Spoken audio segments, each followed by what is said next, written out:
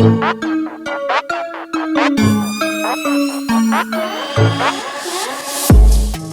चांदी में तेजी के बीच अब डिजिटल गोल्ड नाम से चल रहे ऑनलाइन निवेश प्लेटफॉर्म सुर्खियों में है। Security and exchange board of India SEBI ने निवेशकों को चेतावनी जारी की है। सेबी ने स्पष्ट कहा है कि डिजिटल गोल्ड किसी भी रूप में सेबी के नियमित दायरे में नहीं आता है। इसमें निवेश करने वाले निवेशकों को भारी जोखिम का सामना करना पड़ सकता है। डिजिटल गोल्ड या कहें कि ई गोल्ड वे ऑनलाइन उत्पाद हैं जिन्हें कुछ ऐप्स और वेबसाइट फिजिकल गोल्ड के विकल्प के रूप में पेश कर रही हैं। निवेशक इन प्लेटफॉर्म्स पर पैसा डालकर उतने ग्राम सोने का दावा खरीद सकते हैं जो कथित तौर पर उनके लिए किसी वॉल्ट से रखा जा सकता है। इस पर सेबी ने स्पष्ट कहा है कि ऐसे फिजिकल उत्पाद ना तो सेबी द्वारा अधिसूचित प्रतिभूति हैं और ना ही कमोडिटी डेरिवेटिव्स के रूप में मान्यता प्राप्त है, यानी कि इस पर किसी भी तरह का निवेशक सुरक्षा तंत्र लागू नहीं होता है। डिजिटल गोल्ड या ई गोल्ड उत्पाद सेबी के विनियम से बाहर है। इनमें निवेश से निवेशकों को counter party and operational risk का सामना करना पड़ सकता है। शहर का 100 करोड़ निवेश। जी हाँ, रेगुलेटेड गोल्ड प्रोडक्ट्स में शहर के निवेशकों का 100 करोड़ रुपए से अधिक का निवेश होने का अनुमान है। शेयर और आर्थिक विशेषज्ञ राजीव सिंह ने बताया कि शहर में पिछले कई वर्षों में म्यूचुअल फंड्स द्वारा जारी exchange traded fund, sovereign gold bond and stock exchange पर ट्रेड होने वाले इलेक्ट्रॉनिक गोल्ड रिसीट्स पर निवेश करने वाले निवेशकों की संख्या तेजी से बढ़ी है। कई मोबाइल ऐप छोटे निवेशकों से 100 रुपए से शुरू होने वाले सोने के निवेश के नाम पर उन्हें लुभा रहे हैं। रेगुलेटेड गोल्ड पर भरोसा करें। जी हाँ, सेबी ने अपने बयान में कहा है कि निवेश करना है तो सोने में निवेश करना चाहिए, तो उस पर उनके पास 3 रेगुलेटेड विकल्प उपलब्ध हैं।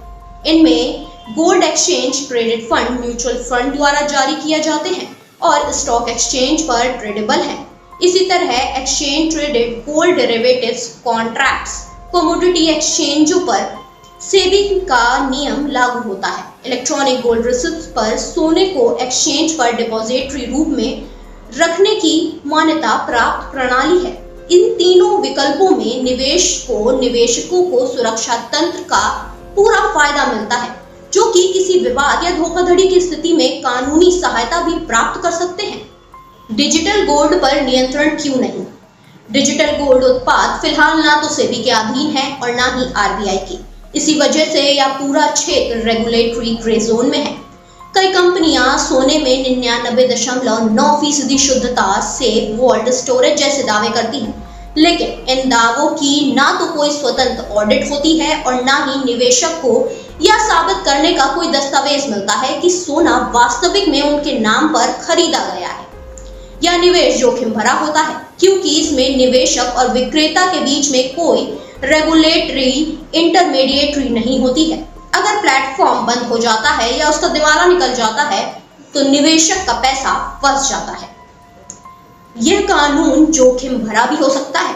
चूंकि डिजिटल गोल्ड उत्पाद किसी वैध विनियमित श्रेणी में नहीं आता है, इसलिए यदि कोई विवाद या धोखाधड़ी होती है तो निवेशक को सेबी, एनएसई, बीएसई या निवेशक संरक्षण फंड से कोई मदद नहीं मिलती है।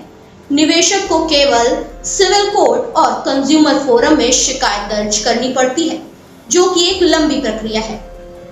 अब आप सोच रहे होंगे कि ऐसे में क्या करना चाहिए? केवल सेबी से मान्यता प्राप्त गोल्ड ईटीएफ और ईजीआर पर निवेश करना चाहिए। किसी भी डिजिटल गोल्ड प्लेटफॉर्म का सेबी या एक्सचेंज पंजीकरण जांचना बहुत ही जरूरी है। अब क्या नहीं करना चाहिए? ऐप्स या वेबसाइट पर बिना प्रमाण के सोना ना खरीदें, इससे बचें। सोशल मीडिया या व्हाट्सएप ग्रुप से निवेश की सलाह ना लें। यह मानकर चले कि डिजिटल होना एक तरीके से हमारे लिए नया है, मगर इस तरीके से पैसा इन्वेस्ट करना बहुत ही रिस्की हो सकता है, तो इससे बचें।